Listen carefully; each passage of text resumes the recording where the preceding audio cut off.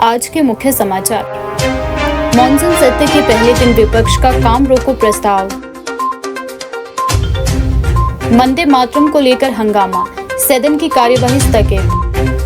कार्यवाही स्थगित होने पर विपिन सिंह परमार का कांग्रेस पर हमला। कुलदीप पठानिया बोले, हंगामे के चलते स्थगित करनी पड़ी कार्यवाही।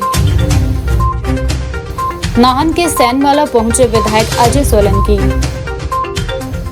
नौतोड़ के 20,000 लंबित मामलों पर बोले जगत सिंह नेगी। टैक्सी ऑपरेटरों का सरकार के खिलाफ रोष। अब समाचार विस्तार से। हिमाचल प्रदेश विधानसभा का 12वां सत्र शुक्रवार को राष्ट्रीय गान के साथ शुरू हुआ, लेकिन मानसून सत्र का पहला ही दिन हंगामे की भेंट चढ़ गया। सदन की कार्यवाही शुरू होते ही राष्ट्रीय के वंदे मातरम को लेकर सत्ता पक्ष और विपक्ष के बीच विवाद खड़ा हो गया। विपक्षी विधायकों ने सदन की शुरुआत में वंदे मातरम नहीं गाए जाने का विरोध जताया और इसे लेकर सदन में हंगामा कर दिया। सदन की कार्यवाही की शुरुआत राष्ट्रीय गान से की जाती है, जबकि वंदे मातरम का गायन सत्र के समापन पर किया जाता है। उन्होंने यह भी स्पष्ट किया कि वंदे मातरम को लेकर बनाया गया कानून विधानसभा की कार्यवाही पर लागू नहीं होता, बल्कि सरकारी संस्थाओं के लिए लागू है। सदन की कार्यवाही शुरू होते ही विपक्षी विधायकों ने वंदे मातरम को लेकर सवाल उठाया। विपक्ष का कहना था कि राष्ट्रीय गीत को भी सदन की कार्यवाही में उचित सम्मान दिया जाना चाहिए। इस मुद्दे पर विपक्षी सदस्य अपनी बात पर अड़ गए और सदन में नारेबाजी शुरू हो गई। विधानसभा अध्यक्ष ने सदस्यों को समझाने का प्रयास किया और सदन की निर्धारित परंपरा तथा कार्यवाही की प्रक्रिया की जानकारी दी। हंगामे के बीच विधानसभा अध्यक्ष कुलदीप सिंह पठानिया ने कहा कि वंदे मातरम से संबंधित जिस कानून का हवाला दिया जा रहा है वह विधानसभा पर लागू नहीं होता। उनके अनुसार यह प्रावधान सरकारी संस्थाओं के लिए है और विधानसभा की कार्यवाही अपने निर्धारित नियमों और परंपराओं के अनुसार चलती है। सदन की कार्यवाही स्थगित होने के बाद मुख्यमंत्री ठाकुर सुखविंदर सिंह सुक्खू के नेतृत्व में कांग्रेस विधायक दल के सदस्य नारेबाजी करते हुए सदन से बाहर आए। सत्तारूढ़ दल के विधायकों ने विपक्ष के रवैये के विरोध में प्रदर्शन किया और भाजपा विधायकों पर राष्ट्रीय गान के अपमान का आरोप भी लगाया। कांग्रेस विधायकों ने कहा कि राष्ट्रीय गान जैसे राष्ट्रीय सम्मान से जुड़े विषय पर सदन की गरिमा बनाए रखना सभी सदस्यों की जिम्मेदारी है। सत्ता पक्ष ने विपक्ष के विरोध को राजनीतिक मुद्दा बनाने का आरोप लगाते हुए इसकी आलोचना की। मुख्यमंत्री सुखविंदर सिंह सुक्खू के नेतृत्व में कांग्रेस विधायक दल ने विपक्ष के खिलाफ नारेबाजी की और अपना विरोध दर्ज करवाया।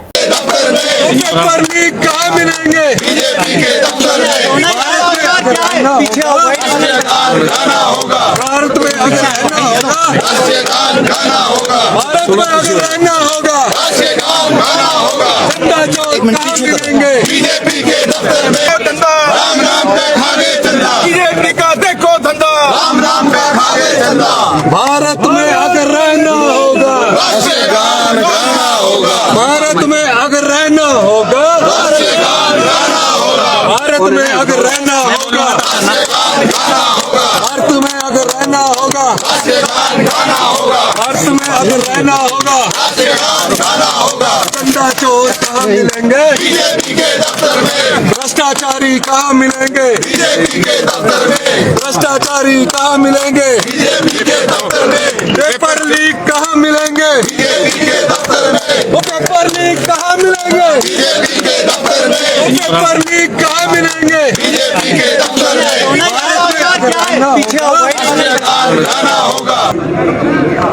अध्यक्ष महोदय ने राष्ट्रीय गान गाने के लिए सबको उठाया और पहले ही हाथ खड़ा कर दिया कि राष्ट्रीय गान गाने से पहले हमें इसके राष्ट्रीय गीत के बारे में बताया जाए।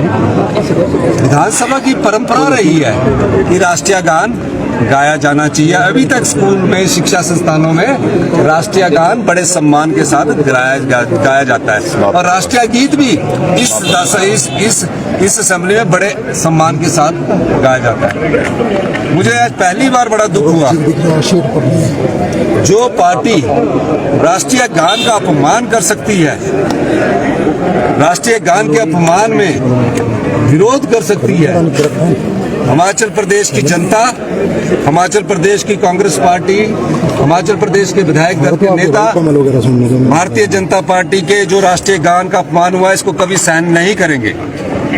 हम प्रदेश में हर जगह जाएंगे कि ये वो बीजेपी है जो राष्ट्रीय गान का अपमान कर रही है, राष्ट्रीय गान गाने से हिचकिचाहट रही है, महसूस कर रही है। किस बात पर हिचकिचाहट महसूस कर रही है? राष्ट्रीय गीत जो था वो हम हमेशा से गाते थे और अब कानून बन गया है।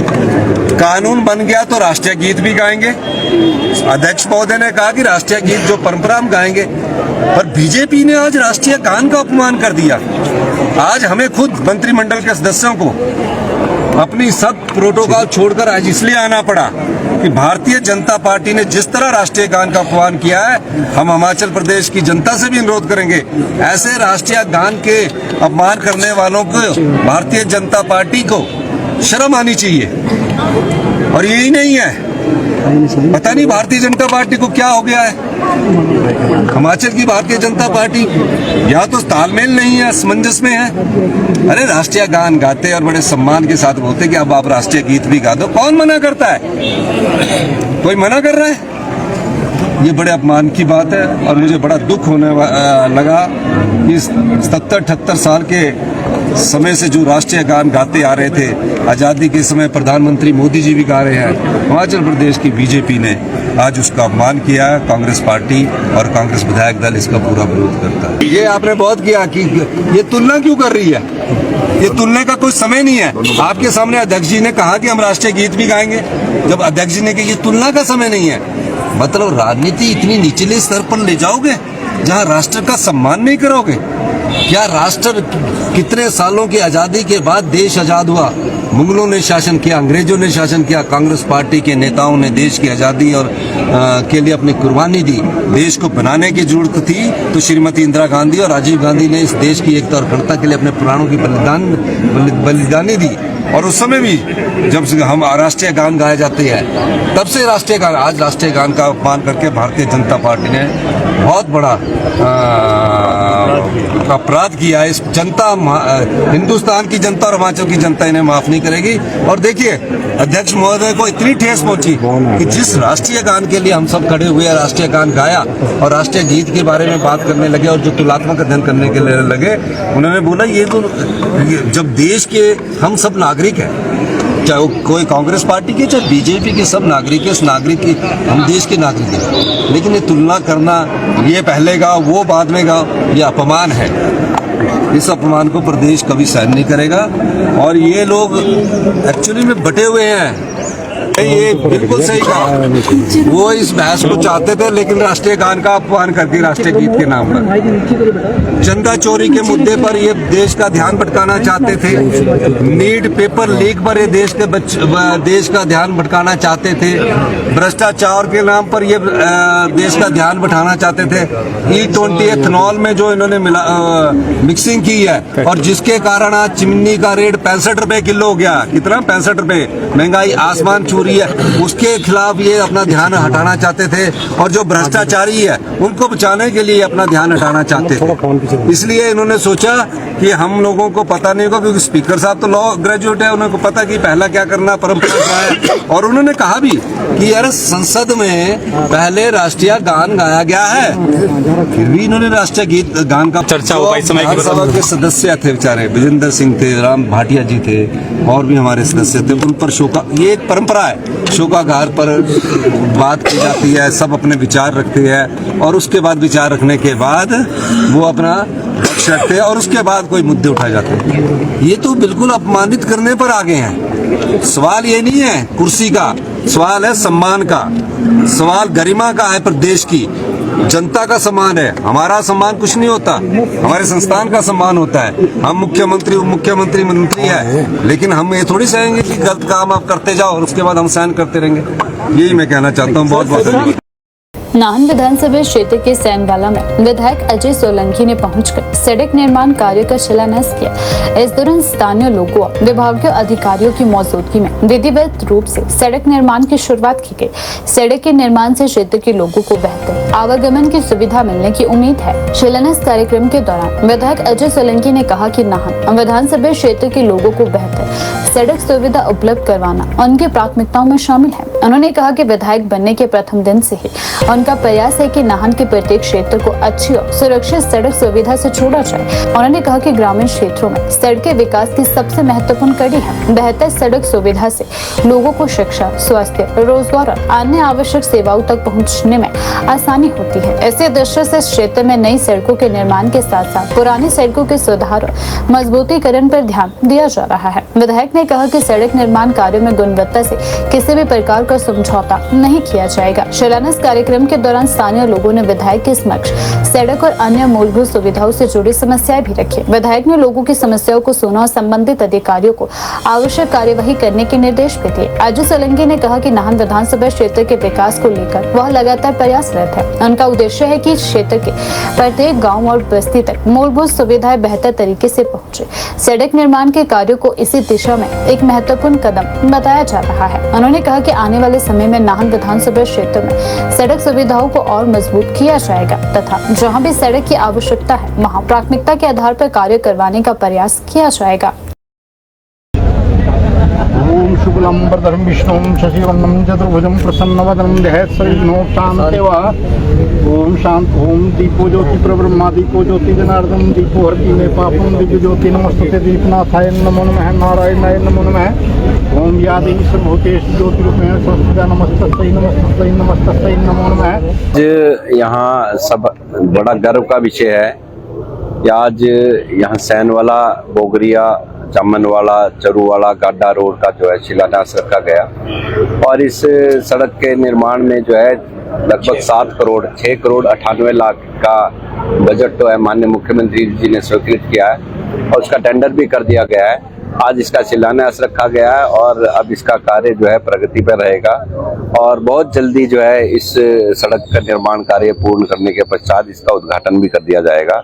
मैं आपको विश्वास दिलाता हूँ और ये लोगों के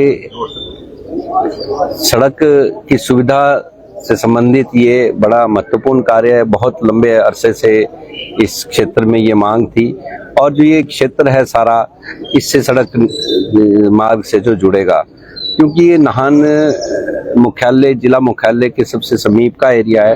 तो मेरा प्रथम दिन से ये प्रयास रहा है कि मैं कम से कम जो नाहन जिला मुख्यालय को जोड़ने वाले क्षेत्र हैं हमारे सराउंडिंग के, उनको सड़क मार्ग से जोड़ूं और अच्छी पीडब्ल्यूडी रोड यहाँ में इसका निर्माण कराया जाए। तो उसी कड़ी में आज ये इस सड़क का शिलान्यास रखा गया है। मैं सभी क्षेत्रवासियों को बधाई देता हूँ और उम्मीद करता हूँ कि बहुत जल्दी इस सड़क निर्माण का कार्य पूर्ण करने के बाद जो है सड़क की सुविधा से वो सभी जुड़ जाएंगे। और अभी 6 करोड़ 98 लाख रुपए इसमें बजट स्वीकृत हुआ है और इस क्षेत्र के लिए ये इतिहास बना है और इसी सड़क से जो है हम, चाहे वो जब्बलबाग कंडी वाला रोड है, चाहे इस क्षेत्र में और भी जो निर्माण कार्य हुए हैं, बोगरिया तक निर्माण कार्य 1 किलोमीटर का हो चुका है गौशाला से बोगरिया और उसमें अगला 1 किलोमीटर और बचा है, उसका भी टेंडर बहुत जल्दी कर दिया जाएगा। मैं अभी सभी गाँव वासियों को आश्वासन देता हूँ कि अगले 1 किलोमीटर का टेंडर भी बहुत जल्दी कर दिया जाएगा ताकि पूर्ण रूप से जो है उस सड़क को भी जोड़ दिया जाए। और जो ये सड़क है सभी गांवों को जोड़ने के लिए जो है बनाई जा रही है ताकि सभी लोग जो बरसात के दिनों में आगे पीछे के जब मौसम खराब रहता था लोगों को बहुत कठिनाइयां रहती थी और चाहे उसमें सैनवाला से लोग नाहन भी जाना हो तब नाहन के लिए भी ये जो लोग सड़क है जो उनके लिए बड़ी फायदेमंद होगी। तो मैं क्षेत्रवासियों को बहुत बहुत बधाई देता हूँ और माननीय मुख्यमंत्री जी का धन्यवाद करता हूँ जिनके शुभ आशीर्वाद से जो है हमें ऐसी सड़कें निकालने का सौभाग्य प्राप्त हुआ है जो बहुत लंबे समय से जिसकी मांग हो रही थी। और रोड्स कनेक्टिविटी में FCA की क्लियरेंस शायद नाहन डिवीजन पूरे जिला सिरमौर में क्या पूरे लगभग हिमाचल प्रदेश में जो नंबर 1 पे है। चाहे इसमें FRA की परमिशन हो चाहे FCA की परमिशन है, हमने हर फाइल के पीछे भागदौड़ करके जो है FCA की परमिशंस लाई हैं। बहुत सी ऑब्जेक्शंस भी लगी, कई बार टॉप से फाइल जो है 0 पर आ जाती थी, लेकिन हमने हिम्मत नहीं छोड़ी। हम सभी अधिकारियों का भी मैं धन्यवाद करता हूं जिन्होंने इसमें सहयोग किया है, और ग्रामीणों का भी मैं धन्यवाद करता हूं जिन्होंने बार बार हर कार्य के लिए मेरे तक पहुंचे और विभाग के अफसरों तक भी पहुंचे, और उसी की नतीजा ये हुआ कि आज ये सड़क निर्माण का कार्य शुरू हुआ है। मैं सभी क्षेत्रवासियों को बहुत बहुत बधाई देता हूँ। हिमाचल प्रदेश विधानसभा का मॉनसून सत्र शुक्रवार से राजधानी शिमला में शुरू हो चुका है। सत्र के पहले ही दिन विपक्ष ने सरकार को घेरने की रणनीति के तहत बेरोजगारी के मुद्दे पर नियम 67 के तहत काम रोको प्रस्ताव का नोटिस दिया। विपक्ष का कहना है कि प्रदेश में बेरोजगारी गंभीर समस्या बन चुकी है और कांग्रेस सरकार ने विधानसभा चुनाव के दौरान युवाओं को 5 लाख रोजगार देने का जो वादा किया था वह अब तक पूरा नहीं हुआ है। मानसून सत्र शुरू होने से ठीक पहले भाजपा विधायकों ने विधानसभा परिसर के बाहर जोरदार प्रदर्शन किया। इस दौरान भाजपा नेताओं व विधायकों ने सरकार के खिलाफ जमकर नारेबाजी की और हाथों में तख्ते तथा बैनर लेकर विभिन्न मुद्दों को उठाया। प्रदर्शन के माध्यम से विपक्ष ने सरकार पर जनहित से जुड़े मुद्दों की अनदेखी करने का आरोप भी लगाया। भाजपा नेता एवं विधायक रणधीर शर्मा ने कहा कि वर्तमान कांग्रेस सरकार की जन विरोधी नीतियों के खिलाफ भाजपा विधायकों ने प्रदर्शन किया है। उन्होंने कहा कि प्रदेश के लोगों से किए गए चुनावी वादों को लेकर सरकार से जवाब मांगा गया। विपक्ष का आरोप है कि रोजगार, विकास, कर्मचारियों और पेंशनरों से जुड़े मामलों समेत कई महत्वपूर्ण विषयों पर सरकार अपेक्षित कदम नहीं उठा पाई। विपक्ष ने सत्र के पहले ही दिन बेरोजगारी के मुद्दे को प्रमुखता से उठाने का फैसला लिया।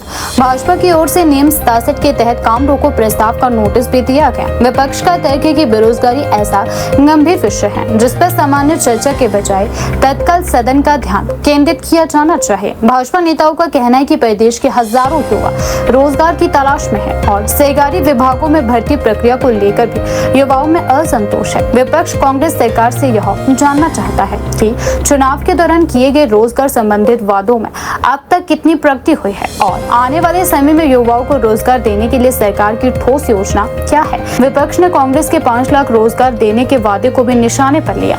भाजपा का आरोप है कि चुनाव के समय युवाओं को बड़े पैमाने पर रोजगार उपलब्ध कराने का भरोसा दिया गया था, लेकिन सरकार बनने के बाद इस दिशा में अपेक्षित गति दिखाई नहीं दी। वो सरकार बदलनी है जो सरकार युवा विरोधी है, वो सरकार बदलनी है जो सरकार युवा विरोधी है, वो सरकार बदलनी है। युवा विरोधी सरकार हाय हाय हाय हाय हाय हाय, युवा सरकार विरोधी मुर्दाबाद मुर्दाबाद मुर्दाबाद मुर्दाबाद मुर्दाबाद। तीनों को फोटो करने दो यार।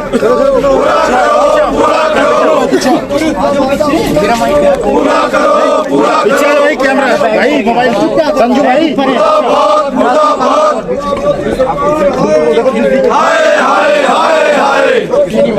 भाई पीछे हो जाओ।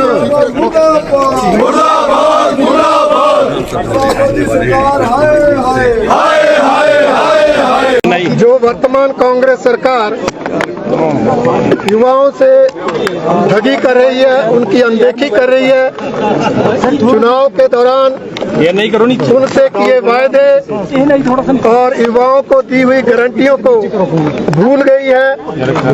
आज उस मुद्दे को हमने विधानसभा के बाहर प्रदर्शन करके यहाँ पर उठाया है, क्योंकि आप सब जानते हैं कि कांग्रेस पार्टी ने पिछले चुनाव के समय गारंटियां दी थी, चुनावी वायदे किए थे और अन्य वर्गों के साथ साथ युवाओं के साथ भी अनेक वायदे किए गए थे, जिसमें से प्रमुख वायदा था कि पहली ही कैबिनेट में 1 लाख सरकारी नौकरियां दी जाएंगी और 5 साल में 5 लाख रोजगार दिए जाएंगे। परंतु आज तक इस विषय पर सरकार कहीं कुछ कर नहीं पाई है। 3.25 साल बीत गए, 1 लाख तो दूर, अभी कुछ हजार नौकरियां देकर ही ये सरकार अपनी पीठ थपथपा रही है। और जो नौकरियां दी भी गई हैं वो रेगुलर नहीं है, कोई आउटसोर्स पर है, कोई जॉब ट्रेनिंग के रूप में है, कोई मित्रों के रूप में है। इसलिए नौजवानों को ये सरकार लगातार धोखा दे रही है, उन्हें ठगने का काम कर रही है। रोजगार देने की बजाय जो रोजगार देने वाली योजनाएं थी उनको इस सरकार ने बंद कर दिया है। उद्योग लाने की बजाय उद्योगों का पलायन हो रहा है। जो अन्य वादे युवाओं से किए थे, स्टार्टअप योजना के लिए हर विधानसभा क्षेत्र में 10 करोड़ का बजट, कुल 680 करोड़ का बजट, वो गारंटी भी सरकार भूल गई है। ऐसे अनेक मुद्दों को लेकर आज हमने विधानसभा के बाहर प्रदर्शन किया है और इसी मुद्दे को लेकर विधानसभा के अंदर भी नियम 67 का कार्यस्थगन प्रस्ताव का नोटिस दिया है कि सरकार जो है सदन के अंदर बाकी सारे काम को स्थगित करके युवाओं के हित के इस मुद्दे को लेकर चर्चा प्रारंभ करे, ताकि हम सरकार को युवाओं की अनदेखी के लिए, युवाओं को धोखा देने के लिए इस सरकार को कटघरे में खड़ा कर सके। हिमाचल प्रदेश विधानसभा के मानसून सत्र के पहले दिन सदन की कार्यवाही हंगामे के चलते स्थगित करनी पड़ी।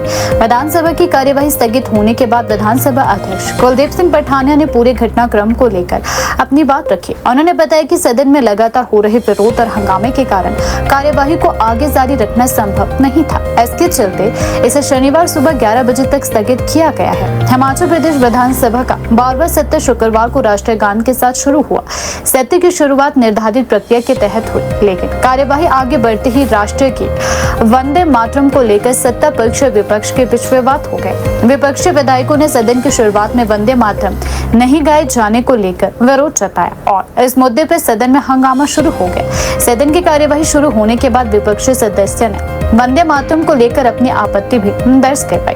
विधानसभा अध्यक्ष ने सदस्यों से सदन की गरिमा बनाए रखने और अपनी अपनी सीटों पर बैठकर कार्यवाही में हिस्सा लेने की भी अपील की। उन्होंने कहा कि विधानसभा जनता से जुड़े मुद्दों पर चर्चा करने का सर्वोच्च लोकतांत्रिक मंच है और सभी सदस्यों को नियमों के तहत अपनी बात रखने का अवसर दिया जाएगा। अध्यक्ष की ओर से व्यवस्था बनाए रखने के प्रयासों के बावजूद विपक्षी सदस्य का विरोध जारी रहा। हंगामा बढ़ने पर सदन की कार्यवाही को आगे चलाना मुश्किल होता गया। लगातार हंगामे के बीच विधानसभा अध्यक्ष ने सदन की कार्यवाही को एक दिन के लिए स्थगित करने का निर्णय लिया। अब विधानसभा की कार्यवाही शनिवार सुबह 11 बजे फिर से एक बार शुरू की जाएगी। पहले ही दिन कार्यवाही स्थगित होने से मानसून सत्र की शुरुआत राजनीतिक रूप से काफी गर्म नजर आई।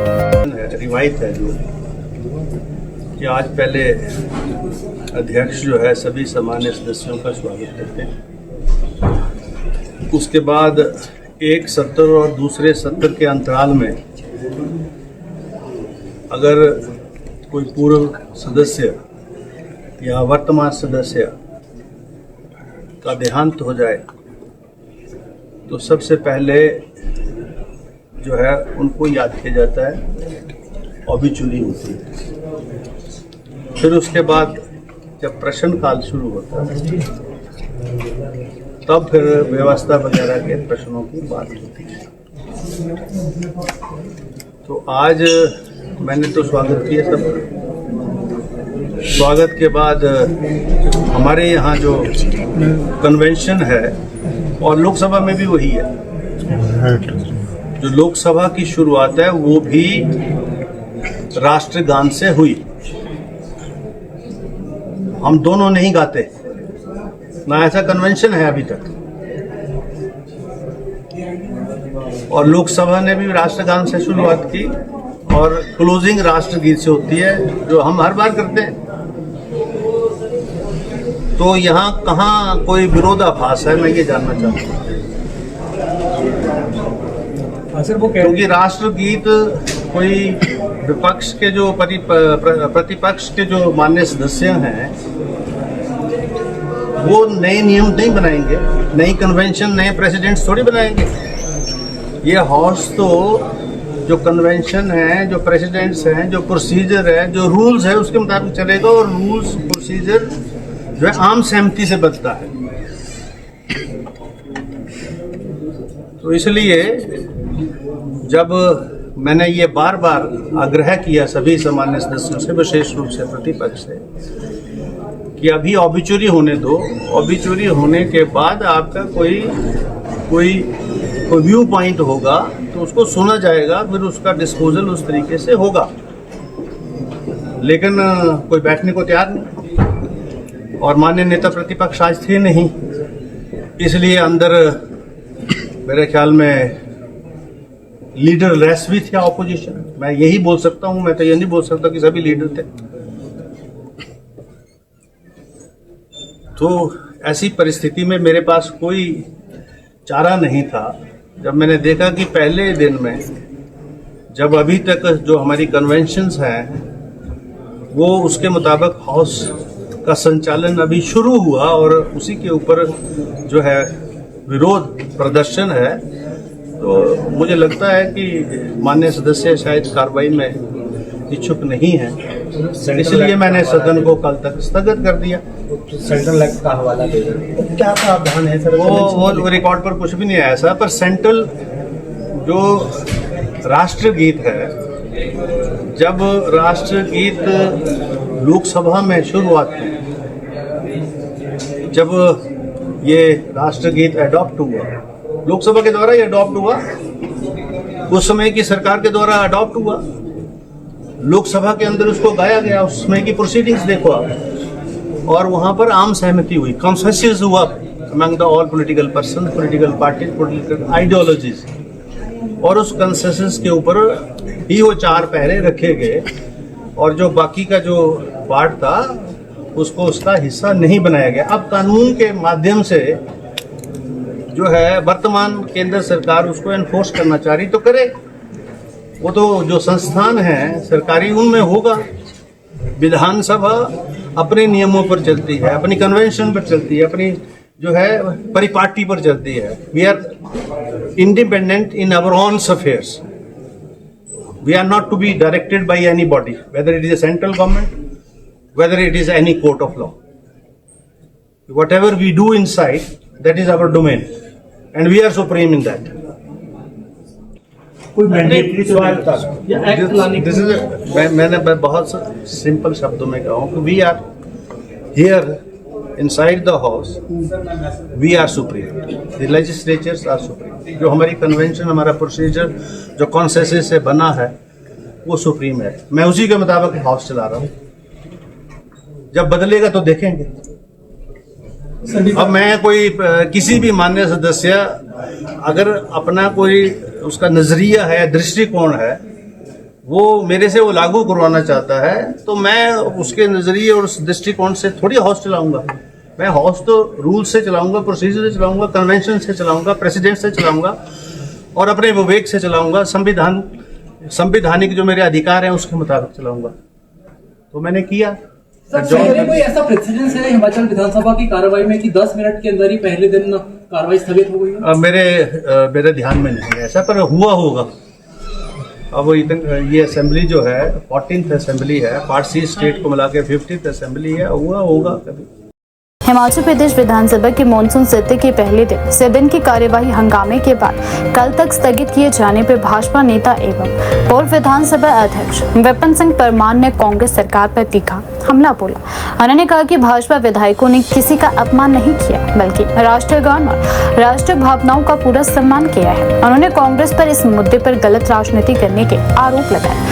हिमाचल प्रदेश विधानसभा का 12वां सत्र शुक्रवार को राष्ट्रीय गान के साथ शुरू हुआ। हालांकि कार्यवाही शुरू होने के बाद राष्ट्रीय गीत वंदे मातरम को लेकर सत्ता पक्ष और विपक्ष के बीच विवाद खड़ा हो गया। विपक्षी विधायकों ने सदन की शुरुआत में वंदे मातरम नहीं गाए जाने का विरोध जताया। इसके बाद सदन में हंगामा बढ़ गया और विधानसभा अध्यक्ष कुलदीप सिंह पठानिया ने कार्यवाही को अगले दिन तक के लिए स्थगित कर दिया।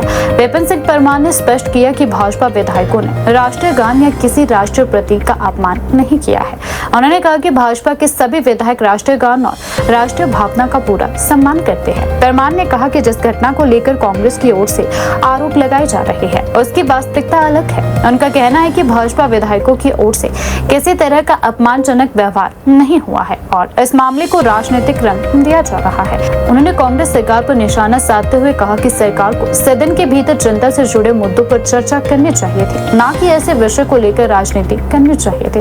पूर्व विधानसभा अध्यक्ष ने मौजूदा विधानसभा अध्यक्ष कुलदीप सिंह पठानिया की ओर से सदन में दी गई व्यवस्था पर भी सवाल उठाए। उन्होंने कहा कि स्पीकर ने सदन में जिन बातों का उल्लेख किया है वे सही नहीं है। परमार ने कहा कि विधानसभा की कार्यवाही और राष्ट्रीय गीत से जुड़े विषय को लेकर स्पीकर की ओर से जो तर्क दिए गए हैं उनसे वह सहमत नहीं है। उन्होंने आरोप लगाया कि पूरे मामले को जिस तरीके से पेश किया जा रहा है वह वास्तविक घटनाक्रम से मेल नहीं खाता।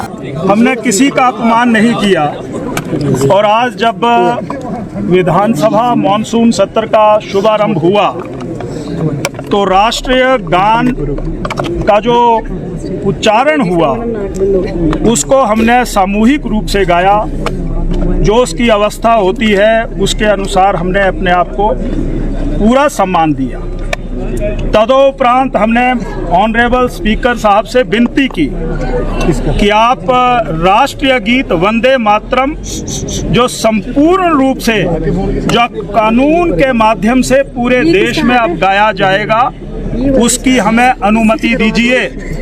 हमने शालीनता से अपनी बात रखी, हम अपनी कुर्सियों पे बैठ गए। उसके उपरांत ऑनरेबल स्पीकर साहब ने जिन बातों का जिक्र किया मैं ये कह सकता हूँ वो सरासर गलत हैं, क्योंकि हिंदुस्तान की जो पार्लियामेंट है उसने कानून बनाया है। जो हमारा गृह मंत्रालय है उसके द्वारा SOP जारी की गई है और जो एक्ट बना है पार्लियामेंट में कानून पारित हुआ उसमें ये कहा गया है कि कोई व्यक्ति हिंदुस्तान का इस तिरंगे की भावना और राष्ट्रीय गीत को लेकर के अपमानित करेगा तो वो इंसल्ट के रूप में 3 साल की सजा का प्रावधान किया गया है।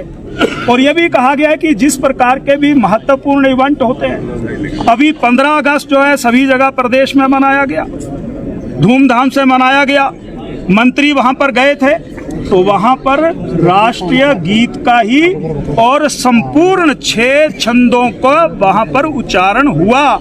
इसलिए हमने वंदे मातरम की उस भावना को इस माननीय विधानसभा के पटल पर रखना चाहते थे।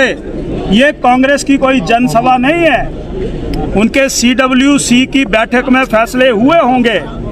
वो देश के कुछ लोगों को प्रसन्न करने के लिए राष्ट्रगीत सुजलाम सुफलाम मातरम वंदे मातरम का अपमान कर रहे होंगे।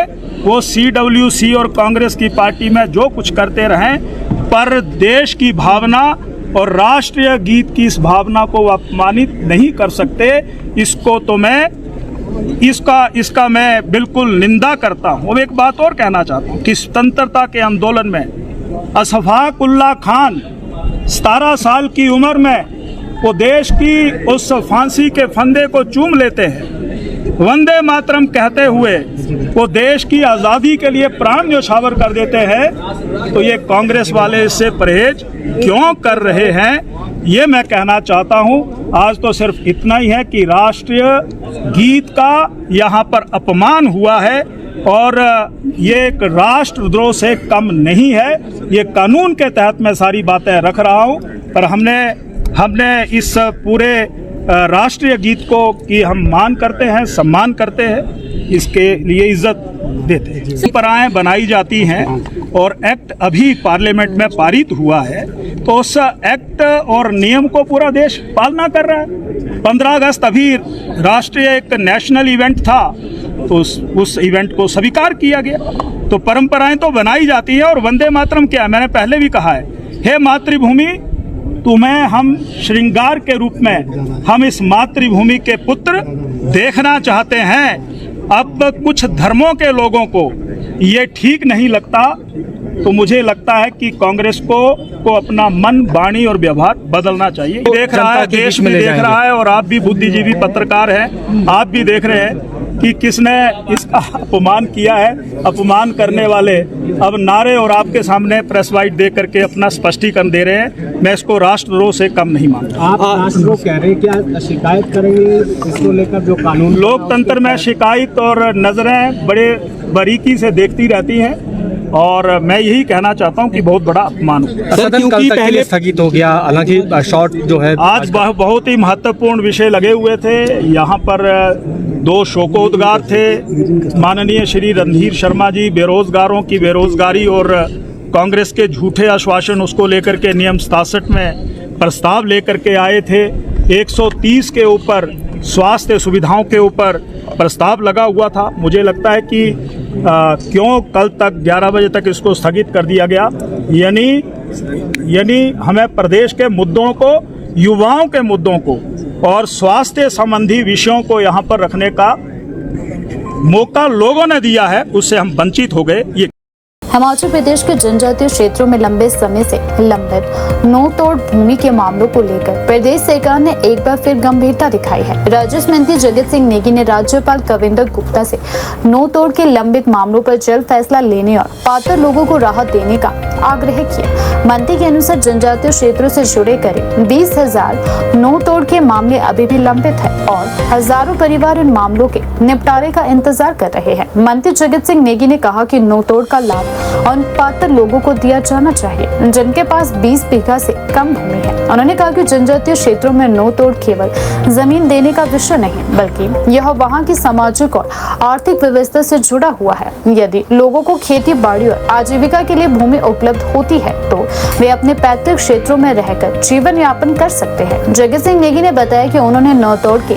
लंबित मामलों को लेकर मौजूदा राज्यपाल कविंदर गुप्ता से 2 बार मुलाकात भी की है। राजस्व मंत्री ने कहा कि जनजातीय क्षेत्रों में करीब 20,000 नो तोड़ के मामले लंबित हैं। लंबे समय से मामलों का निपटारा नहीं होने के कारण पात्र परिवारों को परेशानियों का सामना भी करना पड़ रहा है। जगत सिंह नेगी ने कहा कि नो तोड़ की मंजूरी मिलने से वर्तमान में बंजर या अनुपयोगी पड़ी भूमि को आबाद करने का रास्ता खुलेगा। इससे जनजातीय क्षेत्रों में खेती बाड़ी और ग्रामीण अर्थव्यवस्था को बढ़ावा मिल सकता है। उन्होंने कहा कि जब लोगों को अपनी भूमि पर खेती करने का अवसर मिलेगा तो गाँव में आर्थिक गतिविधियां भी बढ़ेगी। राजस्व मंत्री ने नो तोड़ को जनजातीय क्षेत्रों में होने वाले पलायन से भी जोड़ते हुए कहा कि यदि लोगों को अपने गांव में खेती और आजीविका के प्राप्त साधन मिलते हैं तो उन्हें रोजगार की तलाश में दूसरे क्षेत्रों की ओर जाने की जरूरत कम होगी। नो तोड़ के मुद्दे पर जगत सिंह नेगी ने पूर्व सरकार पर भी निशाना साधा। उन्होंने आरोप लगाया कि पूर्व सरकार के कार्यकाल में इस विषय को अपेक्षित गंभीरता से नहीं लिया गया। नेगी के अनुसार पूर्व सरकार के कार्यकाल में नो तोड़ का केवल एक मामला स्वीकृत हुआ था। उन्होंने कहा कि जनजातीय क्षेत्रों के लोगों की यह लंबे समय से चली आ रही मांग है और पूर्व सरकार को इस दिशा में प्रभावी कदम उठाने चाहिए थे। वर्तमान सरकार इस मामले को गंभीरता से आगे बढ़ा रही है। आज का जो विशेष मुद्दा है आपके साथ चर्चा का है वो जनजातीय क्षेत्रों की एक लंबे समय से लंबित और ज्वलंत मुद्दे को लेकर है। मुद्दा है कि जनजातीय क्षेत्रों के लिए जो नो तोड़ नियम है वो अभी भी जो है जारी है, परंतु नो तोड़ के तहत जो भूमि दिया जाना है उसमें जो है फॉरेस्ट कंजर्वेशन एक्ट 1980 के प्रावधानों के चलते नो तोड़ देना संभव नहीं है। परंतु जनजातीय क्षेत्रों के लिए गवर्नर महोदय को संविधान के अनुच्छेद 5 में बहुत सारी शक्तियां दी गई है, जिसमें गवर्नर महोदय जनजातीय क्षेत्रों के उत्थान के लिए और कैबिनेट की सिफारिश पर वो जो है केंद्र का या प्रदेश का कोई भी कानून है उसमें संशोधन कर सकते हैं या उस कानून को कुछ समय के लिए जो है सस्पेंड भी कर सकते हैं। और ये पूर्व में भी 2014 में से लेकर 16 से लेकर 18 तक जब कांग्रेस की सरकार थी उस समय ये जो है फॉरेस्ट कंजर्वेशन एक्ट 1980 सस्पेंड हुआ और उसके फलस्वरूप जो है जनजातीय क्षेत्रों में लोगों को नो तोड़ मिलने शुरू हुए। उनके जो पेंडिंग केसेस थे, जो करीब अभी 20,000 के करीब पेंडिंग केसेस हैं, उसमें जो है कार्रवाई की गई, नो तोड़ मिलना शुरू हुआ। परंतु जैसे ही 18 में जो है भाजपा की सरकार आई दिसंबर 17 के बाद, तो बीजेपी की सरकार ने जब कानून 18 तक के लिए बना था, जो एफसीए जो है 1980 वाला जो है सस्पेंड किया हुआ था 18 के दिसंबर तक, पर उसमें कि जयराम ठाकुर ने सिर्फ एक केस किन्नौर में नो तोड़ का स्वीकृत किया, बाकी सारे केस जो है ठंडे बस्ते में डाल दिए। एक लंबा इसको सस्पेंड किया, परंतु उस समय भी भाजपा की सरकार ने नो तोड़ स्वीकृत फिर भी नहीं की। अब ये अलग बात है कि ये उनकी संकीर्ण विचारधारा रही क्या रही, जबकि कानून था उनके पास, फिर भी नहीं किया। 2023 में जैसी हमारी सरकार बनी, जनवरी 2023 से हम जो है लगातार इस मुद्दे को हमारी कैबिनेट ने जो है गवर्नर महोदय, जिनको संविधान के अनुच्छेद 5 में जनजाति क्षेत्रों के लिए शक्तियां दी गई है, उनसे मिले। और अभी तक जो है मैं 10 बार गवर्नर महोदय को मिल चुका हूँ। 8 बार पूर्व में जो गवर्नर साहब थे उनसे मिला। मेरे अलावा जनजातीय क्षेत्र के दोनों विधायक, जिसमें भाजपा के विधायक भी शामिल थे, एक मर्तबा वो भी मिले। और जनजातीय सलाहकार परिषद के जो सदस्य थे वो भी मेरे नेतृत्व में मिले। परंतु पूर्व गवर्नर ने 8 हम मिलने के बावजूद, अपनी याचिका रखने के बावजूद के लोगों के साथ न्याय नहीं किया। वर्तमान गवर्नर साहब से अब मैं जो है पिछले कल दोबारा मिला, इससे पूर्व एक बार पहले मिला था और कल दोबारा गवर्नर साहब से महोदय से मिला और उनको फिर मैंने सारी वस्तुस्थिति से अवगत कराया। अभी उन्होंने मुझे जो है आश्वासन दिया है कि जो भी इसमें कार्रवाई करनी है तुरंत अधिकारियों की बैठक बुलाकर शीघ्र फैसला करने का उन्होंने आश्वासन दिया है। मेरा ये कहना है कि अगर हमने ये नोतोड़ जनजातीय क्षेत्रों में, खासकर बॉर्डर एरियाज है हमारे, जहाँ से पलायन हो रहा है, जहाँ की सारी भूमि जो है बंजर पड़ी हुई है, अगर ये भूमि हमने आवंटित किया होता तो आज से 3 साल बाद जो है उनमें फल भी आ गए होते। लोग वहाँ मेहनती है, वो अपने जो है कमाई जो है बढ़िया कर सकते थे, आर्थिकी को सुदृढ़ कर सकते थे। एक तरफ तो कहते हैं कि केंद्र सरकार कि बॉर्डर एरिया से लोगों का पलायन रोकना है, उसके लिए जो है एक हमारा बॉर्डर एरिया डेवलपमेंट प्रोग्राम था, प्रोजेक्ट था, उसको बदल के उन्होंने जो है वाइब्रेंट विलेज का नाम दे दिया। वाइब्रेंट विलेज का नाम तो दे दिया, परंतु हमारे जो जितने किन्नौर में, लाहौल स्पीति में जो डिस्ट्रिक्ट्स थे, हमारे जो ब्लॉक्स थे, उनको कम करके केवल किन्नौर में 56 गाँव को जो है इस वाइब्रेंट विलेज मिला है। अब अगर पलायन रोकना है तो सबसे बढ़िया तो ये था कि जो जमीन हमारी खाली पड़ी है, बंजर पड़ी है, क्यों इसको जो है कानून होते हुए हम इसको नहीं कर पा रहे।